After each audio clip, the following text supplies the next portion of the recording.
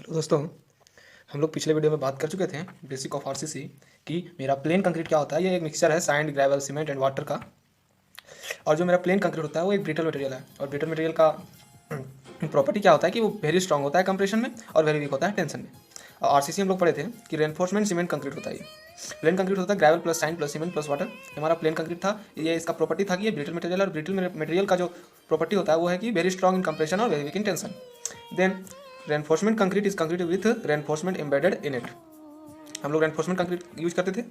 अब उसमें important point हम लोग देखे थे कि steel is used along with concrete because thermal expansion coefficient of both steel and concrete is reasonable equal. Hence with increase in temperature steel and concrete will expand in same magnitude and thermal crack will not occur। क्या होता था उसमें plane concrete में कि मेरा कोई भी एक बीम था, ऐसा बीम था प्लेन कंक्रीट में, यहाँ क्रैक देखने को मिलता था। बट जब हम उसमें आरसीसी स्ट्रक्चर में स्टील यूज करते हैं तो क्या होता है कि ये क्रैक यहाँ देखने को नहीं मिलता है। क्या करता है, ये जो टेंशन है टेंशन को भी रेसिस्ट कर लेता है स्टील। और स्टील क्यों प्रोवाइड किया जाता है, क्योंकि इन दोनों का थर्मल कोफिशिएंट जो है रीजनेबल इक्वल होता है, जिसके साथ अगर कंक्रीट टेम्परेचर के साथ जितना इंक्रीज करेगा या डिक्रीज करेगा उसके साथ ही स्टील भी उतना ही डिक्रीज और इंक्रीज करेगा, जिसके कारण दोनों में बॉन्डिंग जो है अच्छा से बना रहेगा और कोई इफेक्ट नहीं पहुंचेगा, क्रैक नहीं आएगा। मेरा इतना देख लिए थे। अब हम लोग आज देखते हैं स्ट्रक्चर एलिमेंट क्या होता है। स्ट्रक्चरल एलिमेंट, तो हम लोग जानते हैं स्ट्रक्चरल एलिमेंट जो होता है वो मान के चलिए एक बिल्डिंग है।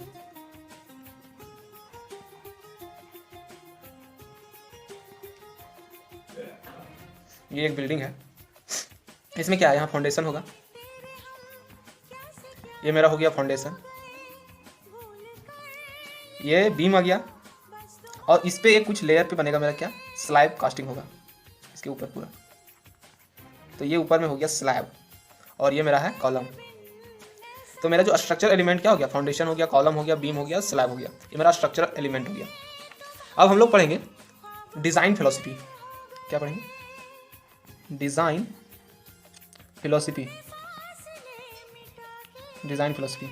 अब जनरली क्या होता है कि डिज़ाइन फिलोसफी में अगर कोई बीम हम डिज़ाइन कर रहे हैं, मान के चलिए कोई बीम है, तो हम लोग डिज़ाइन फिलोसफी में बताना रहता है कि मान के चलिए इसका बार है, तो हम लोग जो बीम डिज़ाइन कर रहे हैं उसका क्रॉस सेक्शन कैसा होगा, कितना क्रॉस सेक्शन रखेंगे, इसमें जो बार प्रोवाइड कर रहे हैं कितना नंबर ऑफ बार्स रहेगा, इसका डायमीटर क्या होना चाहिए, और ये दो बीच के बार्स के बीच का जो स्पेसिंग है वो क्या होना चाहिए, स्पेसिंग।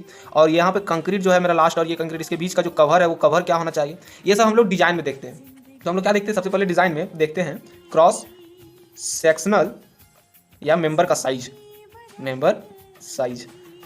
दूसरा देखते हैं रेनफोर्समेंट डिटेल, रेनफोर्समेंट डिटेल। अब रेनफोर्समेंट डिटेल में क्या होगा, मान के चलिए एक मेरा बीम है, यहाँ पे बार्स लगे हुए हैं, तो इसमें हम लोग देखते हैं कि इसका जो मेंबर का साइज है ये क्या होना चाहिए, ये क्या होना चाहिए। इसमें जो यूज हो रहा है डायमीटर उस बार का क्या होगा, कितना नंबर ऑफ डायमीटर यूज होगा, कौन से ग्रेड का स्टील यूज होगा, स्पेसिंग दो डायमीटर के बीच का कितना होगा, और इसमें हम लोग कवर क्या प्रोवाइड करेंगे, ये हम लोग देखते हैं डिज़ाइन फिलोसफी में। अगर डिज़ाइन फिलोसफी का बात आया तो हम लोग को ये सब देखना पड़ता है। अब बात करते हैं कि डिज़ाइन फिलोसफी कितने टाइप का। तो हम लोग जनरली 3 टाइप का डिज़ाइन फिलोसफी देखते हैं। पहला है वर्किंग स्ट्रेस मेथड, जिसे शॉर्ट में हम लोग WSM कहते हैं। दूसरा है अल्टीमेट लोड मेथड, जिसे हम लोग ULM भी कहते हैं। और जो सबसे ज़्यादा अभी चल रहा है, फेमस है, लिमिट स्टेट मेथड। आजकल सारा चीज़ लिमिट स्टेट मेथड के द्वारा ही चलता है, क्योंकि ये IS 456 2000 में हुआ है हाल ही। इसके बाद से कोई फिलोसफी नहीं आया है, ये लास्ट है 2000 का IS 456, जिसके आधार पे हम लोग बनाते हैं। अब वर्किंग स्ट्रेस मेथड हो गया, अल्टीमेट लोड मेथड हो गया, लिमिट स्टेट। अब थोड़ा ब्रीफली हल्का हल्का थोड़ा जान लेते हैं सबका। बाकी लिमिट स्टेट मेथड को हम लोग पूरा अच्छे से देखेंगे। अब तो पहला देखते हैं वर्किंग स्ट्रेस मेथड। तो इस मेथड में अगर किसी भी सेक्शन का हम लोग को डिज़ाइन करना रहता था तो हम लोग एक एजम्पशन लेते थे। एजम्पशन क्या था इसका, कि हम लोग लेते थे कि जो भी कोई मटेरियल जो हम लोग का होता है, मटेरियल हम लोग कौन सा यूज करते हैं आरसीसी में, कंक्रीट यूज करते हैं तो, और स्टील यूज करते हैं। तो मटेरियल हम लोग इसमें क्या लेते हैं, material will B linearly elastic. अब कंक्रीट तो इलास्टिक होता नहीं है, बट हम लोग एज्यूम करके लेते हैं, जब डिजाइन करते हैं हम लोग बीम या, तो उसमें एज्यूम कर लेते हैं कि मेरा मटेरियल जो है वो लिनियरली इलास्टिक होगा। जिसके कारण क्या होता था कि जो मेरा स्ट्रेसेस है कंक्रीट में, stresses in stresses in concrete material will be larger than stresses in material लिखिए, कंक्रीट नहीं, stresses in material will be larger than the permissible stress, permissible stresses. इसमें क्या होता था, जो मेरा स्ट्रेस होता था, जनरल जो स्ट्रेस होता था वो लेस दैन और इक्वल टू होता था क्या, मेरा जो परमिसिबल स्ट्रेस है उसका।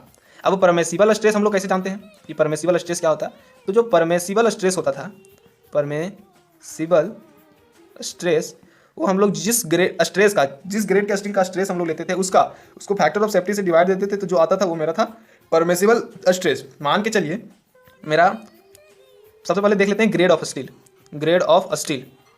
तो ग्रेड ऑफ स्टील कितना होता है, Fe 250 आता है, Fe 415 होता है, Fe 500 होता है, जनरली यही सब यूज होता है।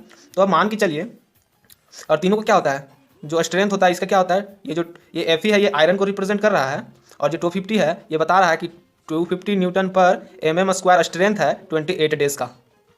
उसी तरह सब में ये आयरन को रिप्रेजेंट कर रहा है, ये 415 न्यूटन पर mm स्क्वायर स्ट्रेंथ है इसका 28 डेज का। उसी तरह इसका है, तो हम लोग जब मान के चलिए कोई एक Fe 250 का ले लेते हैं ग्राफ, स्ट्रेस सिस्टम ग्राफ, तो क्या होगा, ये कैसे होगा इसका ग्राफ, ये इसका ग्राफ बनेगा।